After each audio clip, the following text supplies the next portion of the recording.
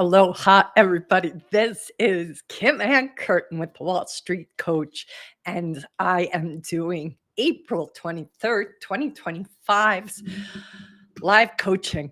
And I'm looking forward to being here with all of you guys today. Making sure I have pressed all the bells and whistles to make sure this is going live, but it does look like it's working, so that's a good thing. We were supposed to get up a notice today, an hour before this episode, but that didn't happen. So those of you who are, seeing it pop up now, hopefully it's going to work for you. But I do try to usually give you guys an hour notification, but didn't happen today. Can only do what you can do. So, who am I? I am Kim Ann Curtin, also known as the Wall Street Coach. Where did that name come from? It came because of a reporter covering my free coaching outside the New York Stock Exchange in 2008, which is when there was a market crash. And I did that for 1 year, coached all those who worked on Wall Street that were impacted by that crisis, which lasted more than a year. But that first year was rough. So there's a lot of similarities. Obviously, things are very different now, but that kind of panic, confusion, uh, a sense of unknown was rampant back in 2008. And obviously, it's pretty loud now. So, who am I? What do I do? I'm a performance coach, and a coach that works with traders. I also work with others as well. I've worked with executives too over the past 18 years, and I basically help traders and others break free from self-sabotage and really start to learn how to hone the volatility that happens emotionally for you. Life is volatile. There are curveballs every every hour. The teachers and courses and work that I've done on my own journey, because I had a very volatile childhood. More than a childhood, I had a very volatile, almost first 4 decades till I was 36 years old. Guys, I had a very volatile, unhealthy experience with a lot of things in my life. And the work that I've done on myself are where these tools that I share with you, where they come from. These are tools that I know work. They work for me. They have worked for me, and they have worked with 18 years worth of clients. So also, I've worked with hedge funds. I've worked with the C-suite level of hedge funds, sovereign wealth funds, prop firms, 7 and 8 figure traders, mid and large cap executives, fintech CEOs. The list goes on and on. So I know what I'm doing. I don't think I would still be here 18 years later if I didn't. And part of the reason I do these free live coachings on almost every Wednesday is to just give back to the community. Working with me is a big investment. And I want to have a way to have those who are in a position to afford that, to have some at least speed sessions, hot seats with me. So that's why I am here. Hi, Liz. I'm glad you're here. I'm going to bring you in just 1 minute. Liz is going to come into our space today for some coaching. One thing I just wanted to speak to, because it's so a powerful episode. Please, if you haven't watched it or listened to it yet, please go to Andrew Huberman's most recent conversation. His conversation is with a doctor. I'm not sure he's a doctor, but he's a therapist, and his name is Sova. So I just want everybody to watch that conversation, because he speaks about things that I have spoken about many times. His handle is Ryan Sova, RyanSoave_. So Huberman had him on for about 3 hours, talking specifically about how easily one can get addicted to losing. In the conversation, he's talking about gamblers, but it's still the concept, the physiology of loss, the physiology of our nervous system is the case for traders. So I have talking points. I'm going to talk about things that he said in that podcast with Andrew that are things I have been advocating with you guys for years. And I'm going to revisit all of that. But first, I'm going to bring Liz into this conversation first because she would like to do some speed coaching. And I want to do that before doing anything else. So, Liz, I am getting you the invitation. And if there's time after Liz, guys, anybody else wants to volunteer for some speed coaching today, just let me know. All right, Liz, there it is. I just put it. Let me just see. I see you're looking. You can hopefully you can access that, Liz. I'm going to go into X and put that underneath this live stream as well, so you can go grab it in case you don't see it's accessible on YouTube. So there is that handle. I put it as a comment underneath my live. So I'm looking for you. Once you'll come into the green room, Liz, and then I'll turn your camera on and I'll be able to, we'll get down to it.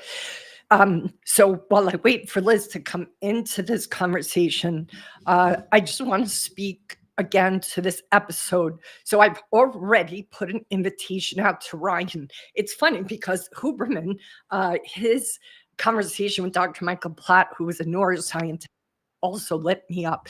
So I said, so Huberman, he's very nicely following me on X. I DM'd him. I said, I hope you don't mind that I'm poaching your guests afterwards. But this guy was Platt was so good and this guy's so good. Hi, Liz. Hey, Kim. How's it going? It's going good. How's it going with you? Oh, it's going okay. I was listening to what is it? The Hour Between Dog and Wolf. Dog and Wolf. There you go. I was listening to it this morning, and I don't know what happened, but I had this this memory. It just crossed my mind when I was reflecting on preparing for the market, for the day. Yesterday, something happened that hadn't happened in a little while, but it was something that that got me in a hole a couple of years ago. I mean, this repetitive behavior, but it came up yesterday.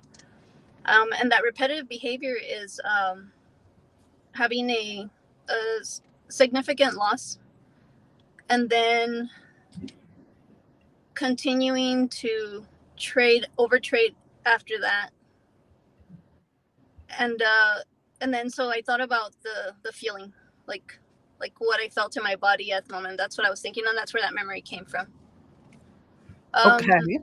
But the situation is, either way, I have a loss, or I had this big loss, and then comes the apathy. Like, I already lost this much, so what difference does it make if I lose a little bit more? And upon reflecting on it, like, what is the reward in that behavior, in that thought?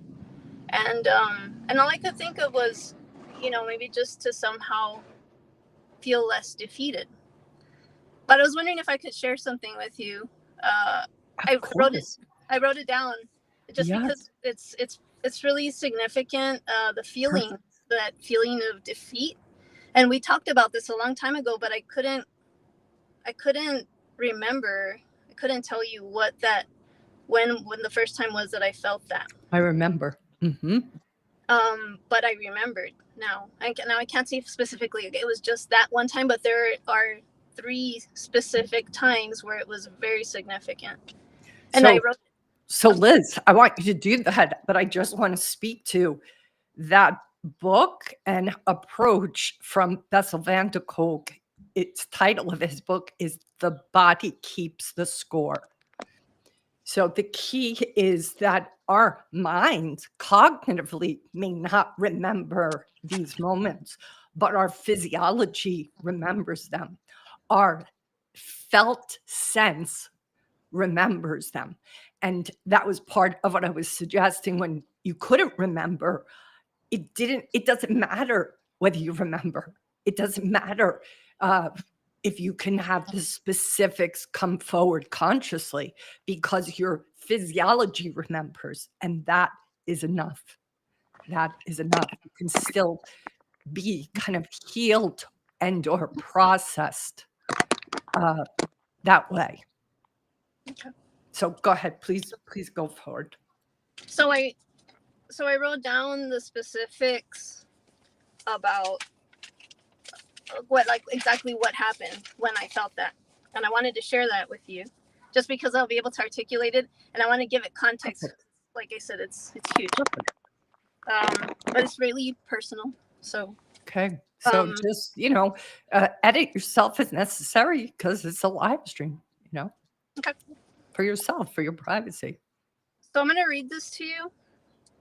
About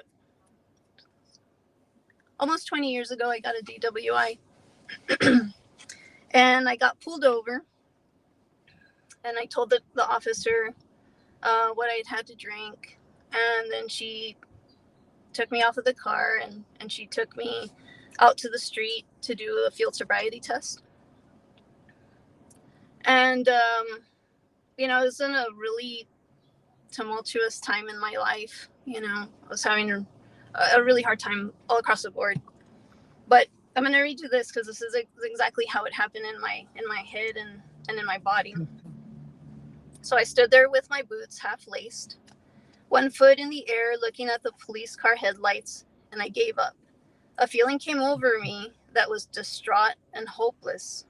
I lowered my eyes in disappointment, and with the defeat in my voice sinking my heart into the dark recesses of the hole in my soul, I said, I can't. Like I was telling the lady that I couldn't do the field sobriety test anymore. And just like that, I was flipped around onto the hood of the car, and my hands were cuffed. And on the way there, I don't even remember it. I mean, I was in shock, but it's that feeling, that sinking feeling that I'm referring to, that does come back in certain situations. Then at the jail, I was booked, and I was asked to remove my piercings. And again, I was in shock, and I have a lot of piercings. So I took off what I could think of. And then the officer said, you don't want to take them off? We'll take them off for you. And so they shoved me into another room, and they stripped me down, and they ripped off all my piercings. They just tore them out. Liz, I'm so sorry. So when I was right there, again, as I'm being held down, I stopped crying. I stopped fighting. And I shut down. Yeah. And then and I just let them do whatever they needed to do. So again, there was that feeling of defeat. Yeah. So this last one, at the time I was in a bad relationship, and my ex-girlfriend and I got into a fight. And I mean, this was pretty typical, but we got into a physical fight, and I ran out into a neighborhood, and she chased me, and she knocked me down, and she held me down, and she hit me, and I yelled and I screamed for help, and nobody came, and she yelled back at me. She was yelling at me because I was yelling, calling me a victim and saying help, like just mocking me, but she was holding me down, and she hit me, and there was a point where I think I just went limp, like sounds became muffled, and I could only feel, I just looked to the side, and I could feel my tear, on my face, rolling down the side of my face. Yeah. And then she just gave up because I stopped fighting. Yeah. But again, there's that feeling of defeat. It's like this really deep sinking feeling. And so now, relating this back to trading, I know they seem like very opposite, I don't think so. like completely unrelated. experiences, but that feeling is it like you said, your body remembers and it can show up at any time. Yep. So I finally was able to identify that today. And again, like when I've had a big loss, and yesterday I ended up losing about 40% of my profits. So I still profited on the day, but the fact that it happened, it did create that feeling again, you know? Yep. So maybe the way that I've connected the three is, you know, the loss is kind of equivalent to the defeat, like I've experienced in those other situations. Liz, the word I want to just speak to, and you tell me if this resonates, is the word apathy. Well, that one was coming next. So, yeah, I was going to say, so the loss brings on that feeling of defeat. Then the fight in this sense maybe is the overtrading. Like I'm still fighting back. Mm-hmm. And then the apathy comes where I just give up. Yeah. But the feeling you're talking about this whole time, you just got disconnected, Liz. So just come back into that link. It should work. It should work, even though you've came out. So maybe your connection got bad. But I'm gonna start to talk about what I was gonna say to you, just for those that are listening. And then as soon as you can come back in, Liz, please do. Apathy is what I was hearing, Liz, throughout your those stories, those experiences. And this concept of apathy is a defense mechanism. Whenever we are experiencing the inability to fight back, whenever we are experiencing the sense of being completely held down and not able to escape, our body goes into a freeze sort of state. Apathy is probably not the right word around what the physiology is. Hi, Liz. Kim, I'm sorry. Don't worry about it. Don't worry about it. So I was just saying that this concept of freeze, or what can also be experienced as apathy, is the body's defense mechanism. It's how the body attempts to cope when we're held down, when we can't escape, when we can't fight back. Our body has to find a way to cope. And how we cope is to, in a sense, disassociate from what's happening. We just go, I can't change it. I can't fight back, but I have to cope. So we find this way to sort of let go so we can try to find a way through it. And I think what's so powerful about you seeing how it translates to trading is when we have had that experience once or multiple times in our lifetime, the body is going to do what it's done in the past, that worked in the past. And if that is to freeze or to experience this sense of like, well, it's hopeless anyway, then we're going to take that same course of action, even though the variables are different, like a trade. So I would say is that noticing when a trading loss occurs for you and it feels significant and it starts to trigger things that smell like, sense like, feel like, that sense of just giving up.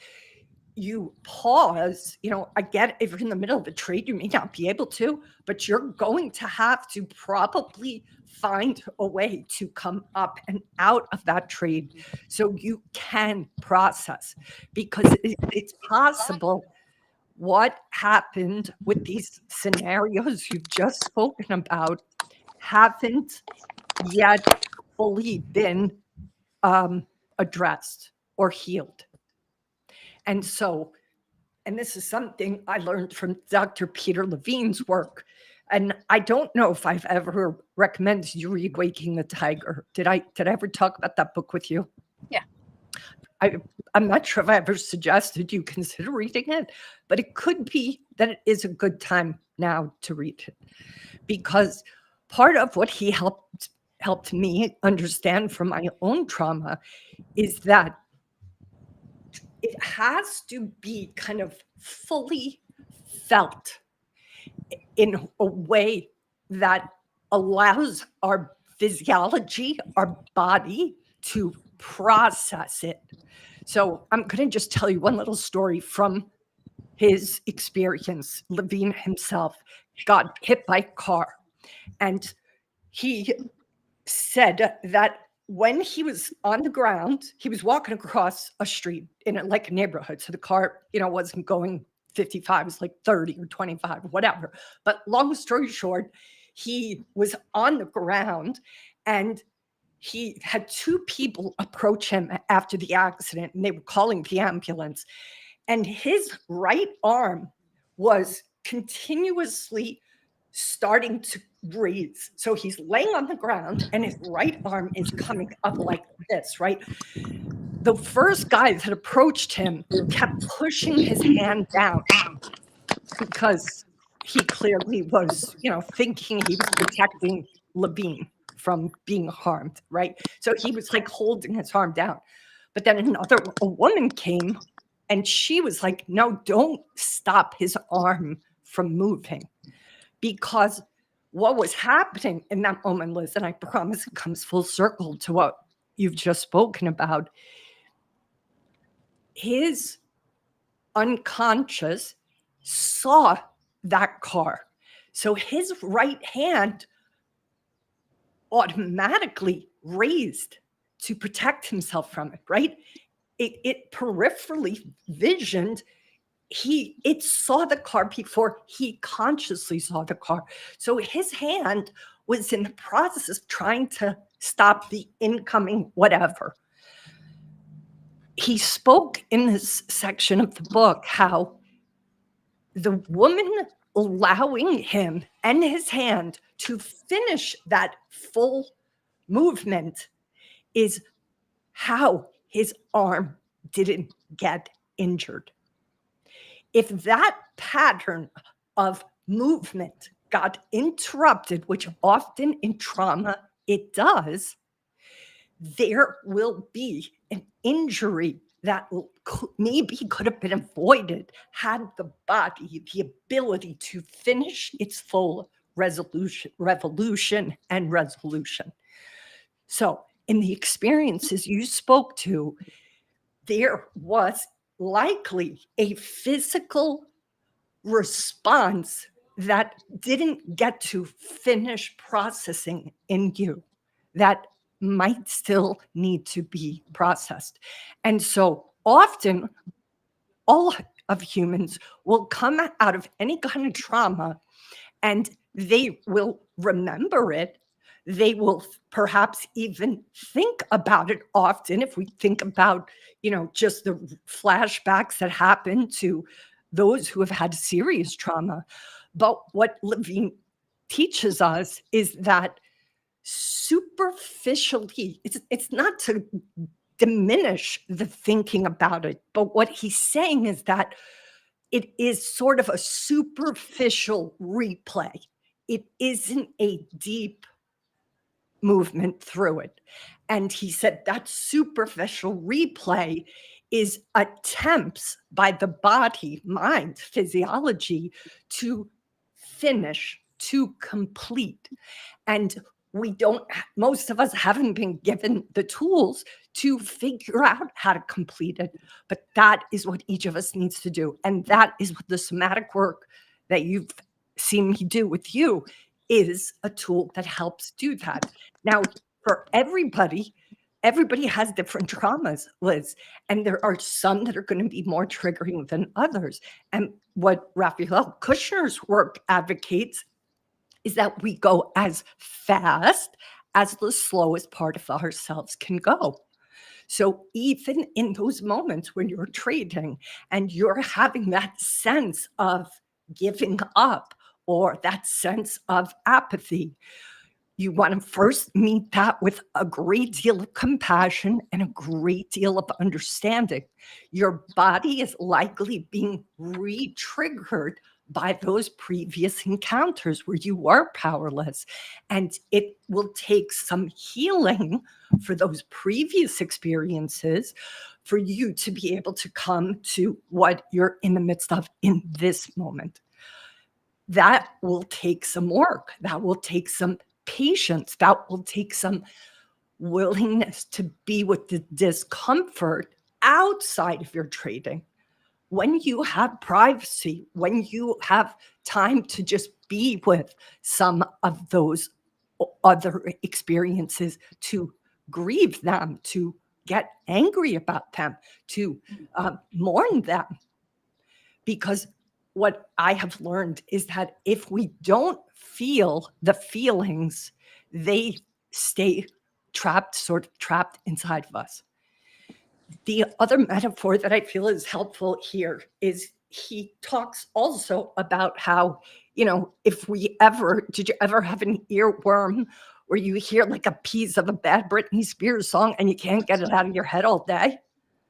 Yeah, actually, my question was going to be like, how do we replay this? How do I play this song all the way through? That's exactly it. If you have a song that sticks in your head and you're like, why do I keep hearing the same verse over and over and over again? It's because the entire system is seeking completion. And the way you get rid of that earworm is you go listen to the song till the end, and then it goes away. That is how we have to realize the body is operating. It is trying to have itself like that guy, like his arm. It just wants to finish that resolution, have it come to a close. But what happens in trauma, it's the pattern gets interrupted and it just needs to kind of finish. And this is why we have to meet these parts of ourselves with a lot of compassion and patience, because this is a physiological happening. We're not in charge of it. We're not able to say, oh, I'm not going to deal with that, because it's saying, no, you're going to deal with it one way or another. And if you don't want to deal with it now, we're going to show up later on with something. And that's why it's very important, I feel, for any of these old traumas, old challenges, places that really stung us, hurt us, made us feel powerless, to begin to feel them, but in gentle, soft ways. The experience itself won't be soft, but we have to be very kind to ourselves as we journey through that. Does that make sense? Yeah. But here's what I want to say. Wow, that you are seeing that feeling, and you already have been paying attention, Liz. That is why I feel this revelation showed up for you today. You've been paying really close attention. That is the power. That is your ability to now shift, because now you're getting that apathy in this moment of your trading is informed by not one, not two, three separate incidents.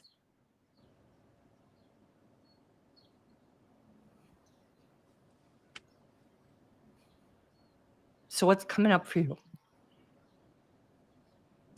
Just trying to kind of put it all together or take it all apart. I don't know. I find that there was a common denominator in those instances, and that was being out of my mind. Like, I was drunk, it was alcohol. So what happens in trading, that is, remember we talked about sober trading? I'm not saying that I'm trading while I'm drinking. I'm not. I'm just saying, like, sober, totally. Like being present, right? Totally. But here's the thing. I get that in that interaction with the police, it was, but the emotional response you had, I don't think that was due to the alcohol. That giving up, I suspect, was already possibly a go-to way of coping. Yeah. I haven't remembered that one yet. Yeah, it's okay. And again, it isn't always going to necessarily be a very tactical black and white memory. Mm-hmm.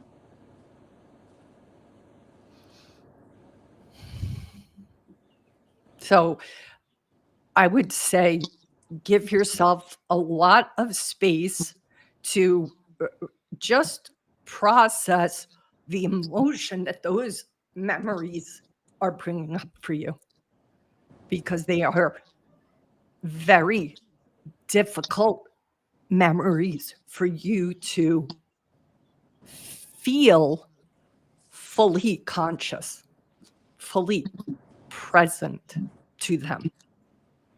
They are hard ones. So that is why it's so important that when these memories come forward for any of us, we practice as much compassion and gentleness with ourselves, because it is like a re-triggering all over again. But what is here is that now there's an opportunity for those parts of yourself to heal. And just like when we cut our knees, we would put the peroxide over it. It's not fucking fun. It's painful. So we want to encourage ourselves, and we want to have other people be there for us to hold us literally and emotionally, because we can't heal in isolation. We get wounded in community and we get healed in community. And we need others to hold the space for us, to help us cope and process. I did process those things in isolation. Yeah, in isolation. Mhm. Yeah. And look, we have to process them, but processing them with loved ones is going to be even more powerful.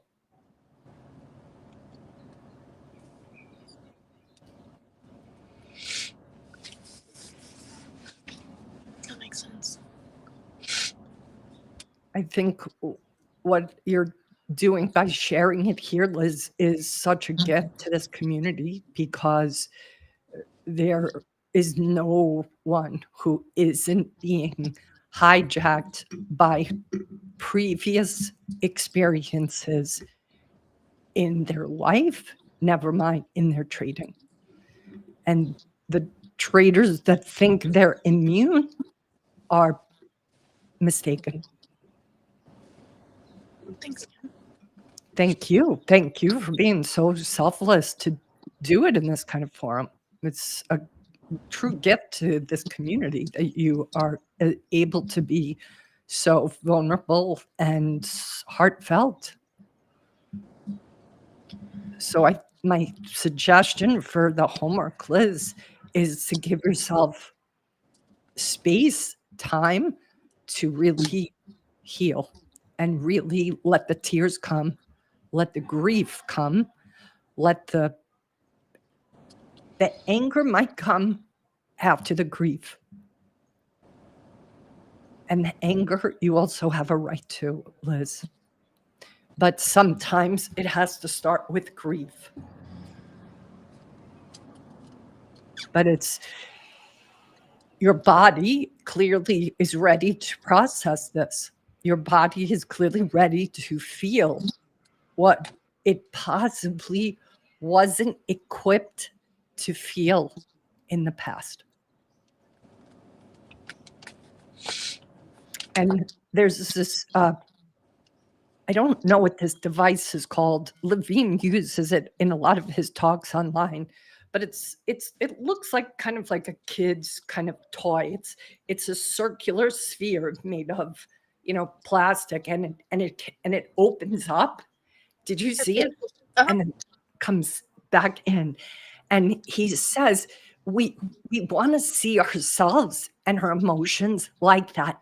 There's going to be moments where the emotions seemingly swallow us, and then they're going to come, and then we're going to come back to center, and then it's going to happen, and then it's going to come back to center. So I think that metaphor, when we're in grief, when we're really feeling feelings, having those emotions rise within us, it's not to panic, but to be like, oh, they're really intense right now. And then they pass, and then there's another wave, and then it passes.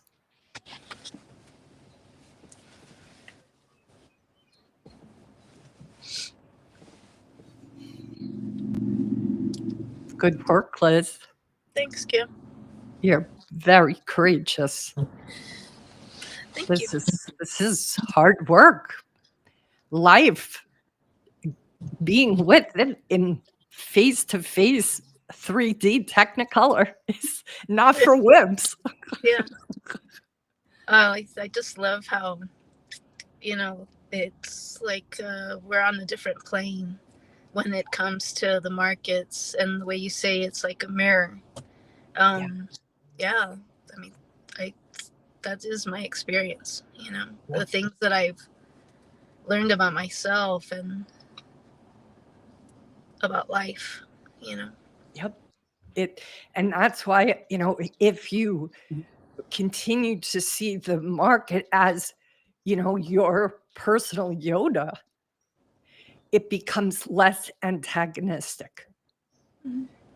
It's like, oh, the market must know that it's time for me to heal that response with apathy.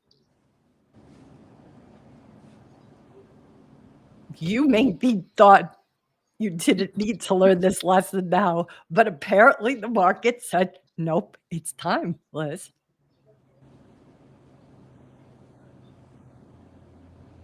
That's good. I've been waiting for this lesson, to be honest. Honestly, Liz, I feel like you have been moving towards this the whole time. Cool. We truly, I believe, are seeking our own healing all the time. We just don't recognize that those potholes that come about, we are the creators of, because we want wholeness. We want equilibrium. We want to have equanimity and peace. So I believe the higher self of each of us, the hero inside of each of us, is constantly looking for how to up level. And we're like, can I take a vacation for a minute? I don't want another lesson. Yeah. Yeah, it can be challenging. And the market is like, nope, you're ready. Yeah. Yeah, I can appreciate it. Buckle up. Yeah. The ride that never ends. The ride that never ends. But Liz, when we first start talking here on this platform and where you are now, it's like intergalactic travel. Oh, nice. Because you have consistently said yes to discomfort. And that's part of what happened in that Huberman Lab conversation with that doctor, Ryan Suva.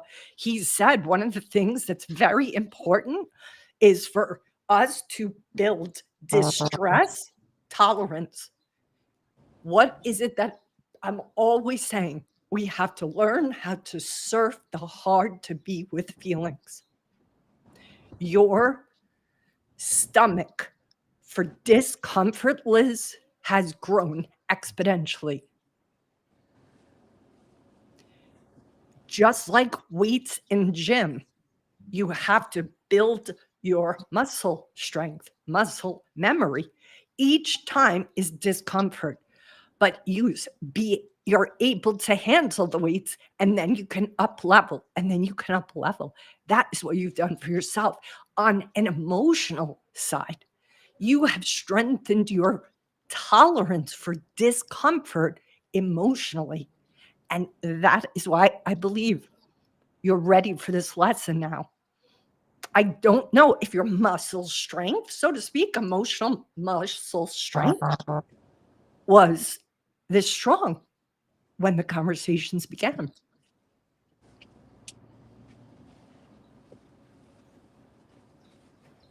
Maybe it thought it was strong.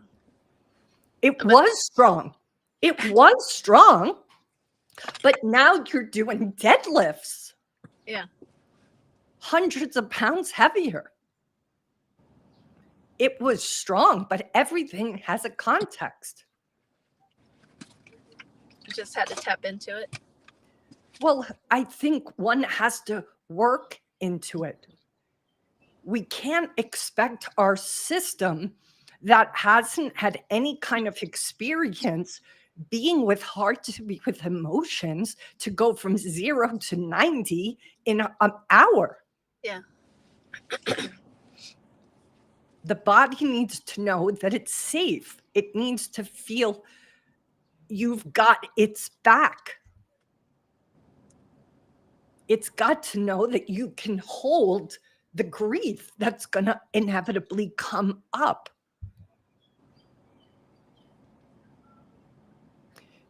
I think, I did that podcast about that piece of furniture that my mother had left me that I felt called to destroy, because all of the time I had a lot of anger that I had to discharge over the journey I had with her. But I was unable to let myself feel anger. It scared the shit out of me. So I couldn't feel anger because it was a frightening feeling for me. But through the work that I was doing, these tools that I share with everybody here, those tools got me to a place where I was able to hold anger. Not all the time, not 24/7, but I could step into it. Even though it was scary, I could step into it to allow that part of my emotion to be discharged. And lucky for me, my dear friend Dave Shoemaker, who's a tattoo artist, by the way. I don't know if you ever saw that episode, but he's like probably one of the best tattoo artists out there. He and I had just met, Liz. We just met. I was at the tattoo parlor for my friend who was getting a tattoo. I don't have any tattoos. And he and I hit it off. And I knew I had to destroy this piece of furniture, but it was too big for me to lift it by myself. And I heard the call in my quiet meditation prayer time to ask that tattoo artist, I'm going to ask him to help me. I think he'll do it. And he did. He set up an altar of anger in his backyard for me. Nice. That's awesome. 2 chainsaws. Mhm. Taught me how to use a chainsaw. Cool.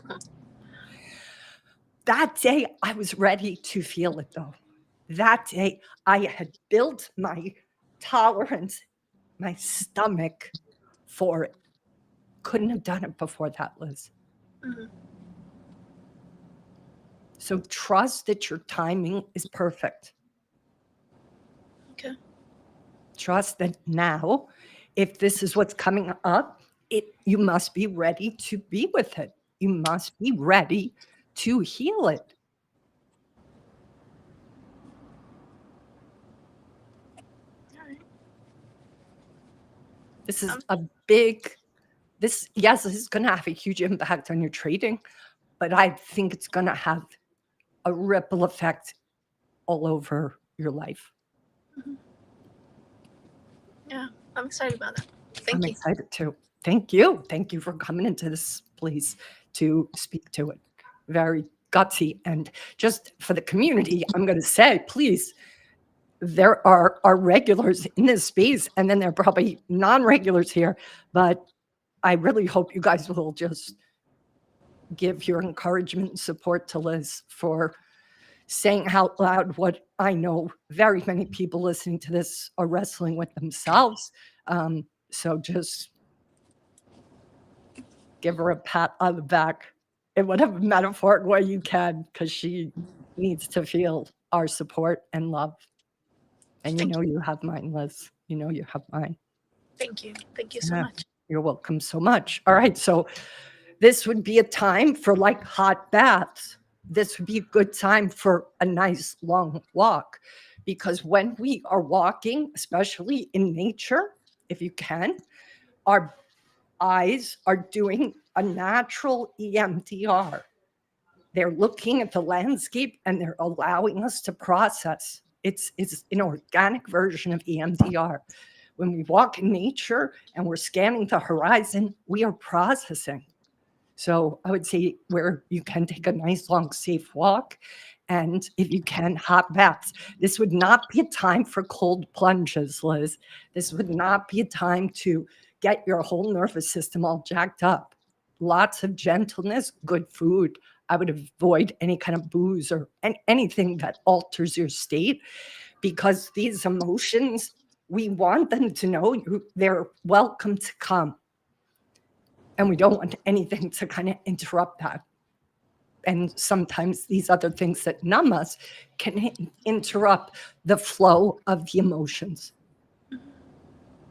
Okay. But the journaling, longhand, not with a computer, but with a pen, is a good practice right now. Okay. Let me know how it goes, and I'm standing by. All right. Thank you so much. Okay, sweetheart. Talk to you soon. All right. Take care. Okay. Be well. Bye. What a very brave conversation that was. And I just want to acknowledge Liz. And if you guys are connected to her, I hope you'll reach out and just offer your support and encouragement. In my 18 years of coaching, I can tell you guys that there are often so many kind of hidden old experiences that will hijack situations that we currently are experiencing that seemingly have no connection to that original kind of experience. And yet our system will perceive it as the same. And we have to, each of us, realize that our system is built to protect us. And it means well, but it's going to sometimes have reactions that seemingly are out of proportion to the situation. And what I want you guys to see is that there's always a logic to the way the body, the emotions react. I'm not saying it's okay for it to do whatever it wants, in a sense, externally, but one has to realize that our system is built thousands and thousands of years ago. And our system has done a pretty damn good job because we're at the top of the food chain. So the body is just doing what it does. And the key is to begin to see the way you react, not as the enemy, but as a protective mechanism. I understand that sometimes the way you react is costly, but in the face of that reaction, you have got to begin to notice, oh God, that just took me over. That just sideswiped me.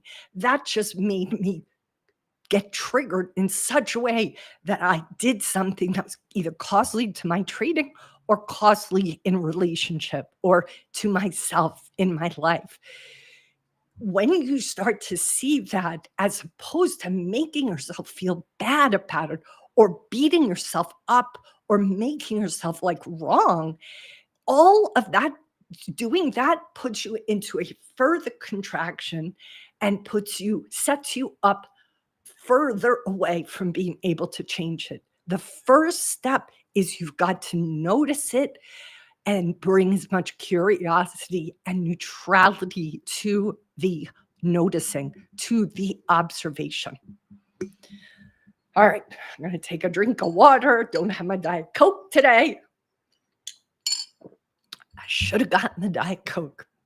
Brian Johnson be damned. No, I'm just kidding. I just pick on Brian Johnson because he's the one who makes me feel the worst about my food and soda choices. I'm just giving him a hard time. I like Brian Johnson. Talk about a man who's willing to stand alone fighting death. You got to give him credit for that. Talk about reaching. All right. Anybody else want coaching today? I'm probably going to shut it down in a few minutes. But if anybody does want to come in for coaching, speak now or forever hold your peace. And I'm going to just revisit some of the notes that I took about Huberman's conversation with Ryan Suva, and Sova, Soave is Ryan's name. I did reach out to Ryan yesterday after I listened to Andrew's podcast to see if he'll come on the podcast, my podcast, Wall Street Coach Podcast. And if you guys anybody here isn't subscribed, please subscribe to the Wall Street Coach Podcast. It's on YouTube. It's on iTunes. It's on Spotify, all the different places. But I have primarily guests that are going to speak to issues that traders and investors struggle with. And they are really universal challenges. You know, traders are a very specific cohort, right? And the things that I'm bringing those who have journeyed through trading themselves and or those who have tools that can help a trader stay as neutral as possible. That is the focus of that podcast. So one of the things, so there's a couple of things that Ryan said yesterday that are things I'm always saying. And the only reason I'm pointing that out to you guys is because the heart of that conversation is about how to handle regulation, right? That's a fancy technical term for the fact that our nervous systems often are not well regulated. And the reason they're not well regulated is because we didn't get taught how to regulate it.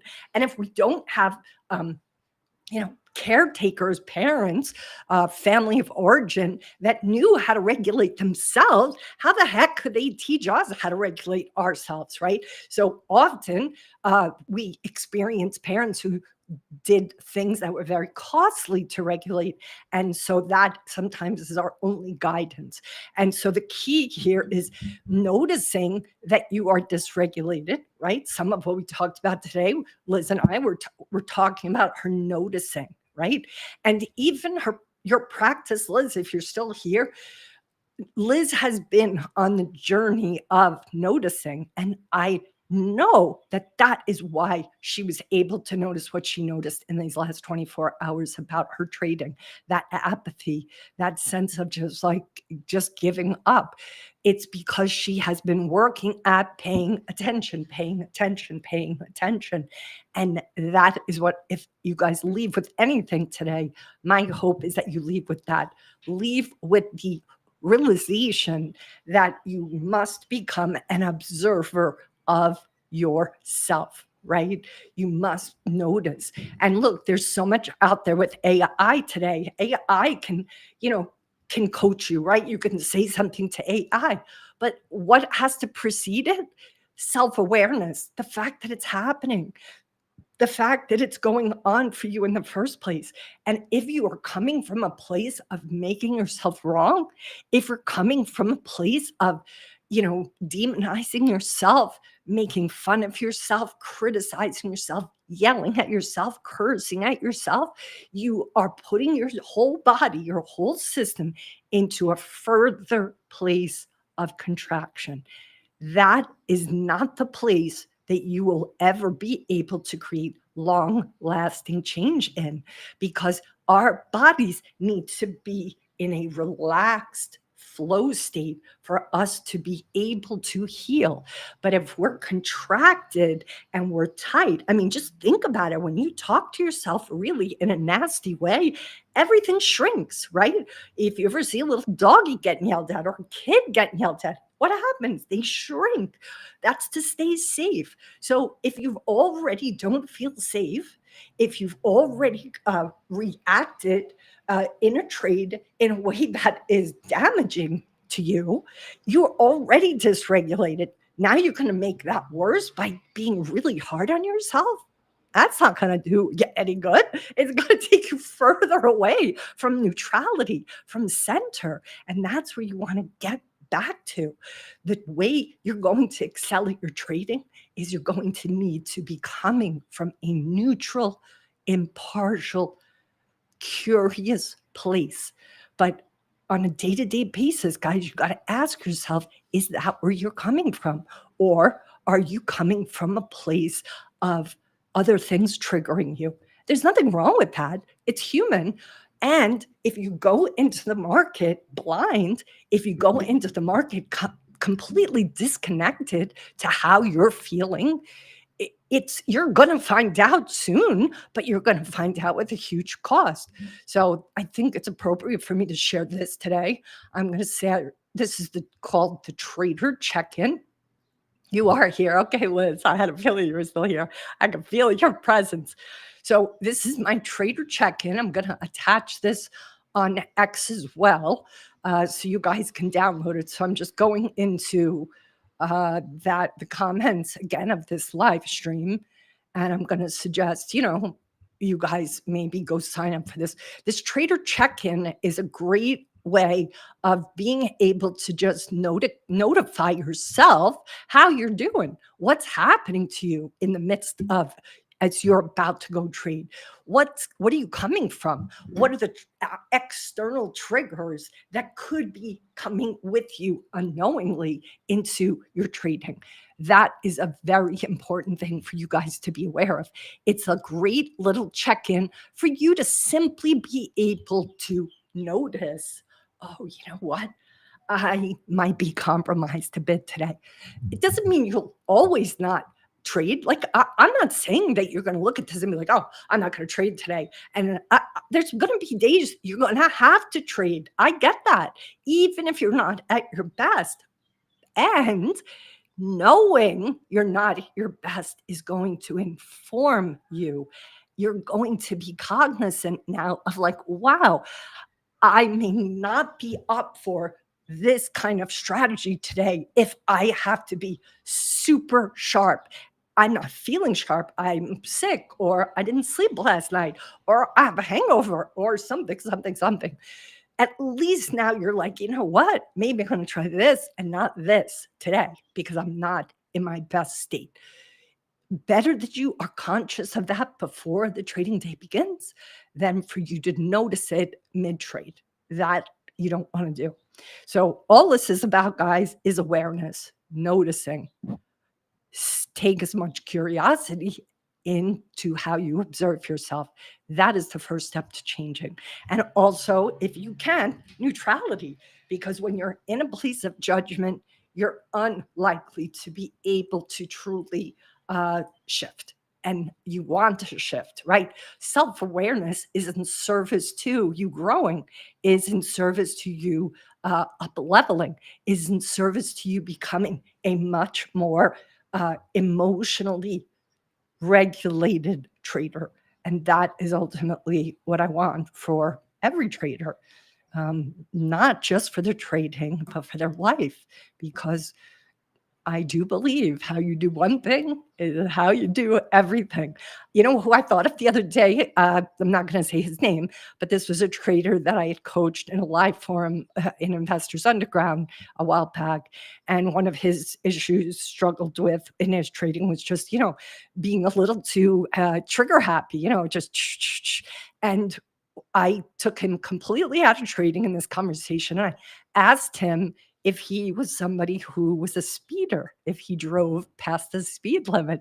And he was like, yes, all the time, Kim, I speed.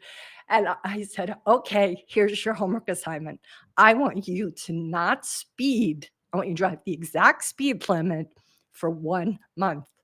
And he was like, "Wow, that sounds so hard." He's like, "Should I do something? Am I trading?" I said, "No, no, forget about the trading for now. Just see if you can practice non-speeding when you drive." And it had a huge effect on his trading. So that's a little exercise you can take on if it speaks to you. But even speeding, guys, can also indicate us not being regulated, right? If we're racing all the time, if we're rushing, if we're busy all the time, if we constantly need stimulation, for those who meditation is impossible for, that can often indicate a dysregulated state. And those would be people that a cold plunge would not be good for because, again, it's too much stimulation. Anybody who's really lived through trauma, they're already overly triggered. And that means the system needs to practice feeling safe and feeling relaxed and feeling calm, which can also be triggering because if hypervigilance is what you had to be your whole life, to come out of a vigilant state can feel very threatening. And that is also part of why I think a lot of traders overtrade and not even be conscious of what's going on. It's because that dysregulation, that high and low, that up and down, active, active, active, becomes a way of life. So that it isn't so much the trades that are appropriate for you to be taking, it's your system having to do something, because to not do something feels unsafe. And if that's something you can relate to, then, please reach out to me and we can book a call and see if the tools I have can help you. But that you want to recognize that is not an issue with regards to your it's not your strategy. That's an issue. Yeah, it is painful, Liz. It is painful. But if one is coming from hypervigilance and that hypervigilance kept one safe in one's childhood, then it's going to be a little bit of a heavy lift to teach your whole system you are safe without the hypervigilance. And again, we have to do that as fast as slow as part of us can go. That is Raphael Kushner's quote. He taught me that over 23 years ago because I was struggling with that. I had lived in a very hypervigilant state my entire childhood for really good reason. Nobody goes into hypervigilance without a really good reason, I can promise you. It's not a fun place to live, but it becomes the only way you can survive certain environments, certain homes. And without it, it can feel very difficult because you don't feel like you have what has protected you for decades. And that takes some time. It's all me, but I meant, not speeding. See, that's so funny, Liz. That's so funny. Not speeding sounds painful. That might be your new homework, Liz. You just gave it to yourself. All right. I'm going to shut it down. Thank you to all those who are new viewers. I do this almost every Wednesday. I take in a couple of hot seats today.